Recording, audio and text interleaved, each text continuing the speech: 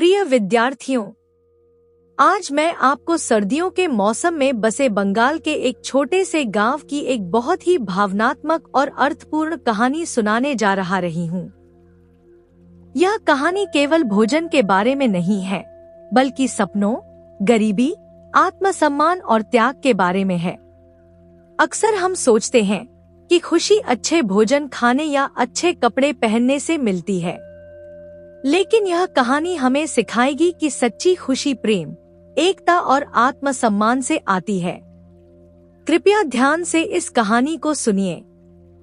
यह एक गरीब परिवार की कहानी है जिसने कड़ाके की सर्दी में एक बार देसी मुर्गा और पुलाव खाने की इच्छा की थी। इस कहानी का हर पात्र हमें जीवन की एक महत्वपूर्ण सीख देता है। पाखिरा नाम के एक छोटे से बंगाल के गांव में सर्दी चुपचाप आ गई थी। चारों ओर सरसों के खेत थे और सुबह सुबह कोहरा ऐसे उतर आता था जैसे धरती ने सफेद शॉल ओढ़ ली हो।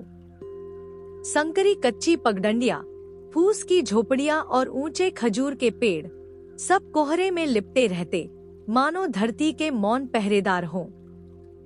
भोर होते ही गोबर के उपलों और सूखी पराली के जलने की गंध हवा में घुल जाती, जो ठंडे हाथों और दिलों को थोड़ी गर्माहट दे जाती। गांव के एक कोने में टूटी हुई बांस की बाड़ और जलकुंभी से आधे ढके एक उथले तालाब के पास एक छोटी सी मिट्टी की झोपड़ी खड़ी थी।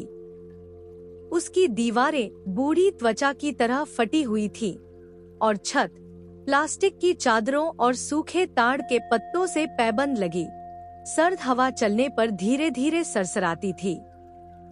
यही हरिपद मंडल का घर था।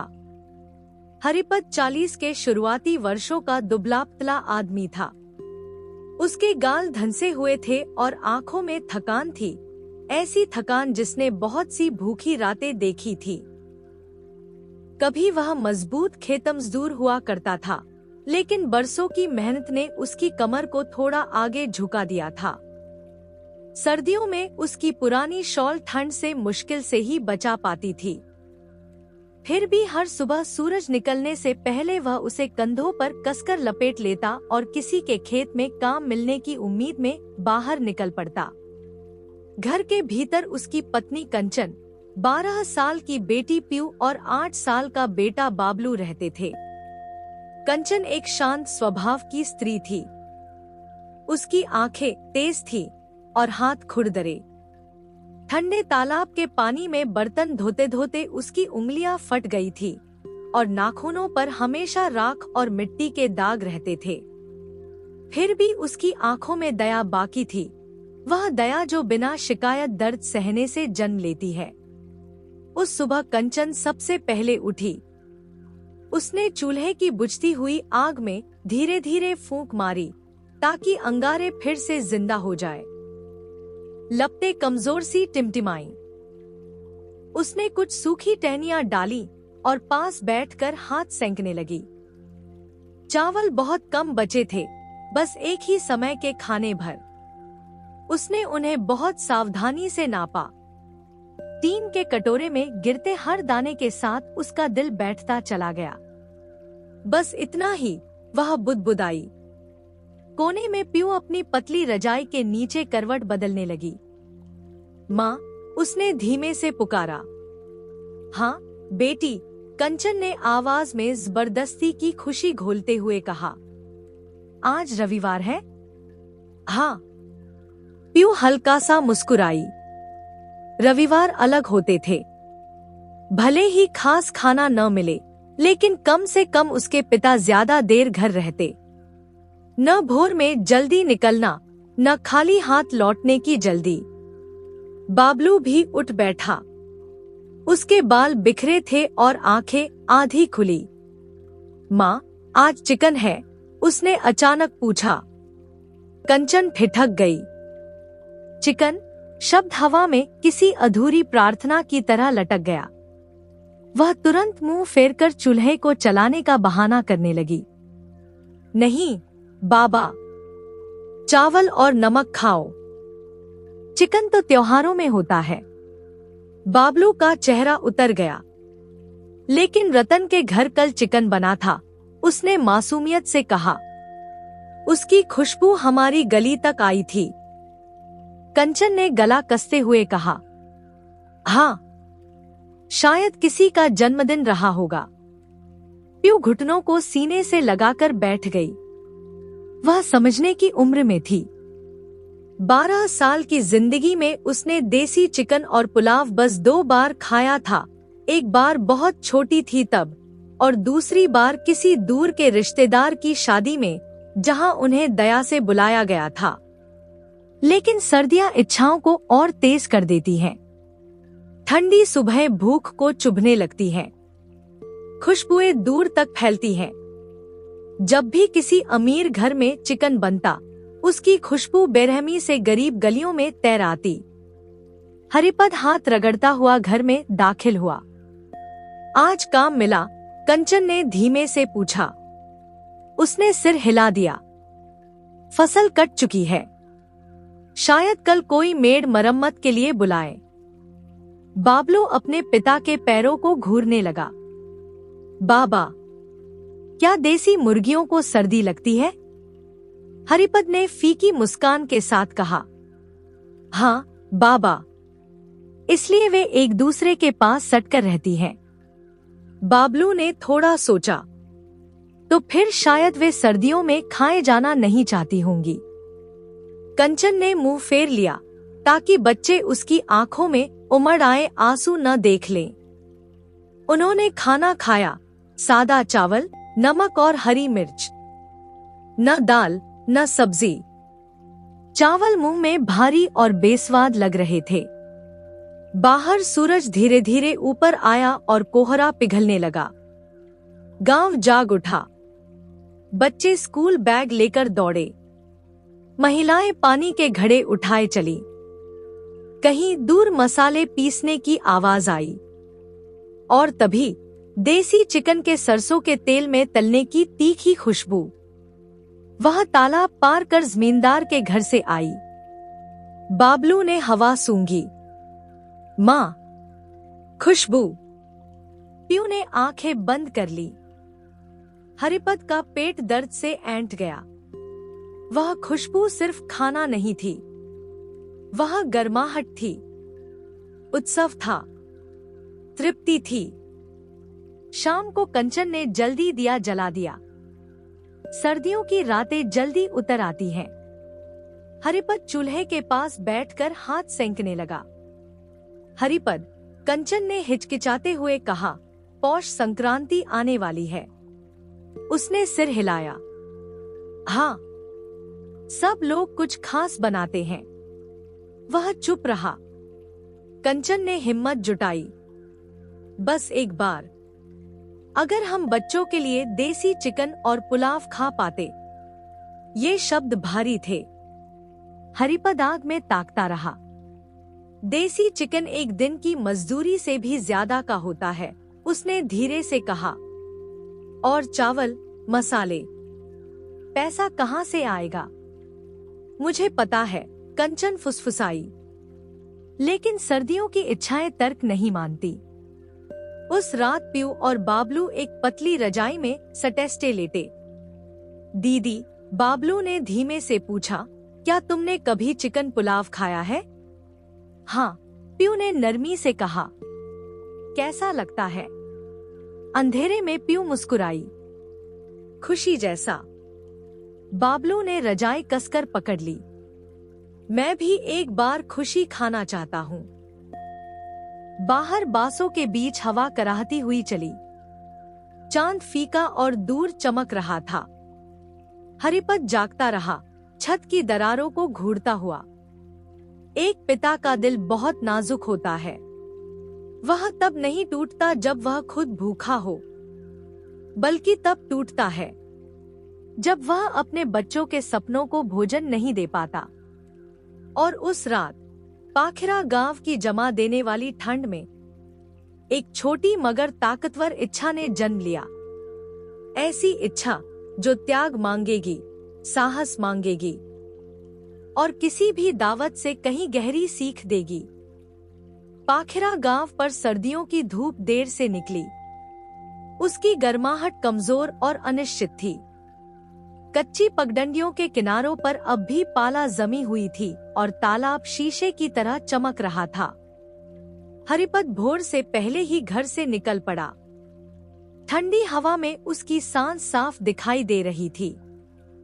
उस रात उसकी आंखों में नींद नाम की चीज आई ही नहीं थी।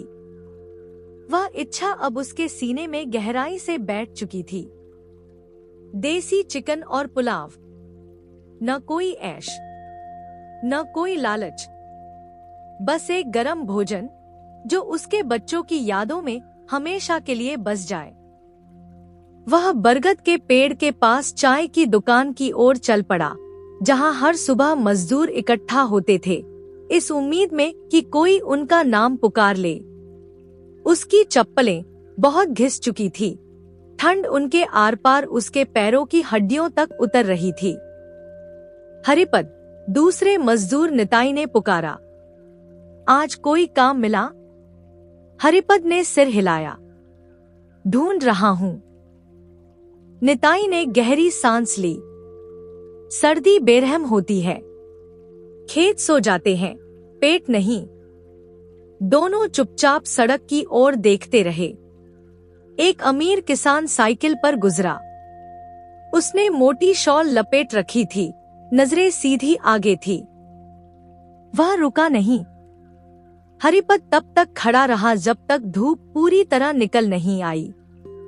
कोई उसका नाम लेने नहीं आया। वह धीरे धीरे घर लौट आया। घर के अंदर कंचन सुन्न उंगलियों से बर्तन धो रही थी। प्यू झाड़ू लगा रही थी। बाबलू चूल्हे के पास हाथ सेंक रहा था। कुछ मिला? कंचन ने बिना ऊपर देखे पूछा। नहीं, उसने सिर हिला दिया। कोई हैरानी नहीं। सर्दी ने उसे ज्यादा उम्मीद न करना सिखा दिया था। उस दोपहर हरिपद ने एक फैसला किया।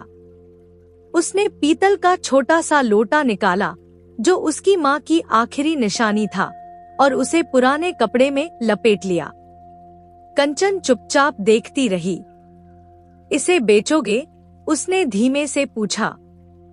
हाँ, ये तुम्हारी माँ का था। मुझे पता है, उसने स्थिर आवाज में कहा। लेकिन मेरे बच्चे जिंदा हैं। इसके बाद उसने कुछ नहीं कहा।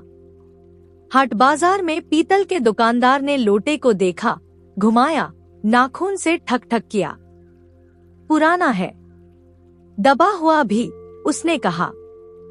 40 रुपए दूंगा। हरिपद की मुट्ठियां भींच गईं। इसकी कीमत ज्यादा है। तो रख लो, दुकानदार ने कंधे उचका दिए। हरिपद ने पल भर को आंखें बंद की। 40 दे दो। वे सिक्के उसकी जेब में भारी और शर्मनाक लग रहे थे। इसके बाद वह गोपाल के मुर्गीखाने पहुंचा, जहां बांस की टोकरियों के पीछे देसी मुर्गियां जोर जोर से फड़क रही थी। दाने और पंखों की मिलीजुली गंध हवा में थी। एक तगड़ा मुर्गा उसकी नजर में आ गया, स्वस्थ और मजबूत। कितने का? हरिपद ने पूछा। 120, गोपाल बोला। हरिपद का दिल बैठ गया। मेरे पास 40 हैं। गोपाल हंस पड़ा। तो हवा खरीद लो। हरिपद वहीं खड़ा रहा, निगाहें मुर्गे पर टिकी हुईं। गोपाल का दिल थोड़ा पसीजा। बाकी बाद में दे देना। हरिपद ने कृतज्ञता से सिर हिलाया। अब सबसे मुश्किल काम बचा था। वह जमींदार मुखर्जी बाबू के घर पहुंचा।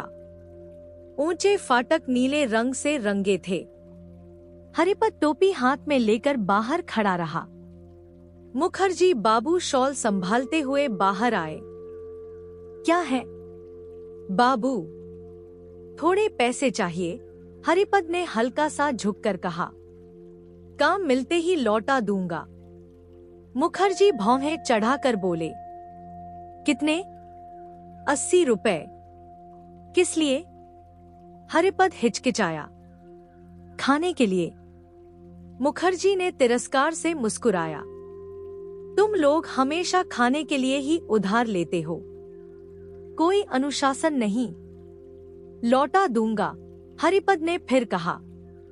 कुछ देर बाद मुखर्जी ने पैसे थमा दिए। याद रखना, मैं कृष नहीं भूलता। हरिपद ने गहराई से झुककर प्रणाम किया। शाम को वह मुर्गा लेकर घर लौटा। बाबलू की आंखें फैल गईं। माँ, चिकन। पीयू अविश्वास से देखती रह गई। कंचन ने मुंह ढक लिया। लेकिन चावल, मसाले, उसने घबराकर कहा। मुझे पता है, हरिपद बोला। कल मुर्गे को दरवाजे के पास हल्के से बांध दिया गया। बाबलू उसे दाने डालते हुए फुसफुसाया। माफ करना, लेकिन तुम बहुत अच्छी खुशबू देते हो। उस रात हरिपद को आखिरकार नींद आई। अगले दिन कंचन ने पड़ोस से चावल उधार लिए लौटाने का वादा किया। उसने हर दाने को संभाल कर धोया। पीयू ने दूसरे घर से उधार लिए मसाले पीसने में मदद की। दोपहर तक पूरे गांव को पता चल गया, हरिपद चिकन बना रहा है। कोई फुसफुसाया। गरीब लोग अमीर बनने का नाटक, किसी ने ताना मारा। आंगन साफ करते हुए कंचन को सबकी नजरें चुभती रहीं। सांझ होते ही उसने चूल्हा जलाया। सरसों का तेल धीरे धीरे गर्म हुआ। जैसे ही चिकन कड़ाही में पड़ा, उसकी छन्न छन्न की आवाज संगीत जैसी लगी। खुशबू चारों ओर फैल गई। बाबलू खुशी से नाच उठा। माँ, ये तो खुशी की खुशबू है। पीयू की आंखों से आंसू निकल आए। हरिपद चुपचाप बैठा रहा, सिर झुकाए। तभी एक आवाज आई। हरिपद। मुखर्जी बाबू बाहर खड़े थे। हाँ बाबू, कल मेरे पैसे चाहिए, काम मिले या न मिले। हरिपद ने सिर हिलाया। हाँ। हांडी धीमे धीमे पक रही थी। चावल अलग उबल रहे थे। कंचन पुलाव को हल्के हाथों से चला रही थी। उसमें वे किशमिश डालते हुए जो उसने महीनों से छुपाकर रखी थी। आखिरकार वे साथ बैठे। 4 थालियां, 1 दिया। हरिपद ने सबसे पहले सबको परोसा। बाबा, आप खाओ, पीयू बोली। उसने सिर हिला दिया। तुम। वे धीरे धीरे श्रद्धा के साथ खाने लगे। चिकन नरम था, पुलाव खुशबूदार। बाबलू सावधानी से चबाते हुए बोला, माँ, क्या यही खुशी है? कंचन आंसुओं के बीच मुस्कुरा दी। हाँ। हरिपद उन्हें खाते हुए देखता रहा, दिल भरा हुआ भी और भारी भी।